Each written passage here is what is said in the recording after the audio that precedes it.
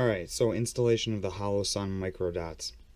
The one we're going to be installing today in particular is an HS503GU, but the installation on these is similar across their Micro Dot series. What we're going to need to get this done is a Torx T10 driver, blue Loctite, a weapon to put it on, and then the sight.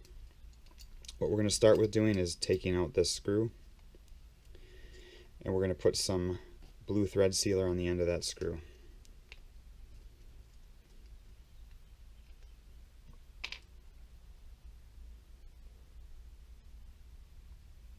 Just a small amount, let it spread around on those threads a bit. Alright, now what you can do is, if you want, keep this captured on your finger so it doesn't fall out. We're going to start that screw back in there and just get those threads barely started. Now, I've already decided where I want this on this rifle, and that's going to be with that screw going through the second from the front T-slot. That's going to put this optic about as far forward as I can on this top rail here. So if you keep that screw very loose, you can just set that screw on there. And I've gone a touch too tight, and she'll fall right into place.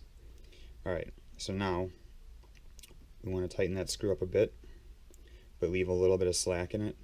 So again, we want to feel this forward and back motion on the rail.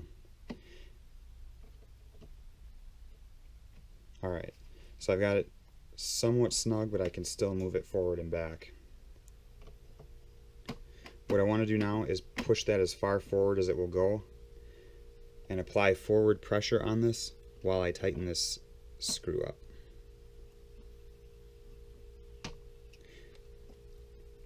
Now, this is all just aluminum, so be careful not to over tighten it because you will destroy it. Just hand tight, and that should be good to go. We'll give that overnight to solidify before I fire this gun, and then we'll take it out and zero it. So I know if I don't do this, somebody will ask why I don't have a backup iron sight on this gun, so we'll throw a Magpul backup iron sight installation in here for added value. What we're going to do is lock the bolt to the rear, like so. Because this sight has to slide on, it does not open up to be dropped on. What we're going to do is we're going to slide this on from the rear here, and I'm going to go forward until the screw hole lines up with the rearmost T-slot on the rail. So right about there. What I'm going to do is apply some blue Loctite to the threads on that screw.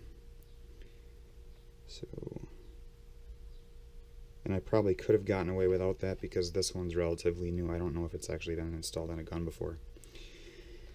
I've got several of these laying around. I can't keep track of them all. So we're going to start that screw in there.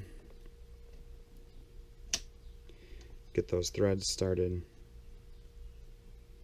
And now what we want to feel for is that forward back motion. So I've got some slight forward back motion here. I'm going to push forward and apply forward pressure onto the sight while I tighten this screw.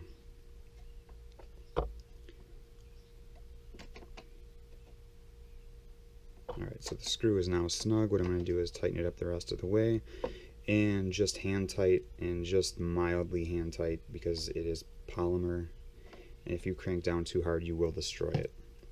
So now at that point, that sight's good to go. We'll let that set overnight, and tomorrow I'll take this out and zero the irons and the Holosun.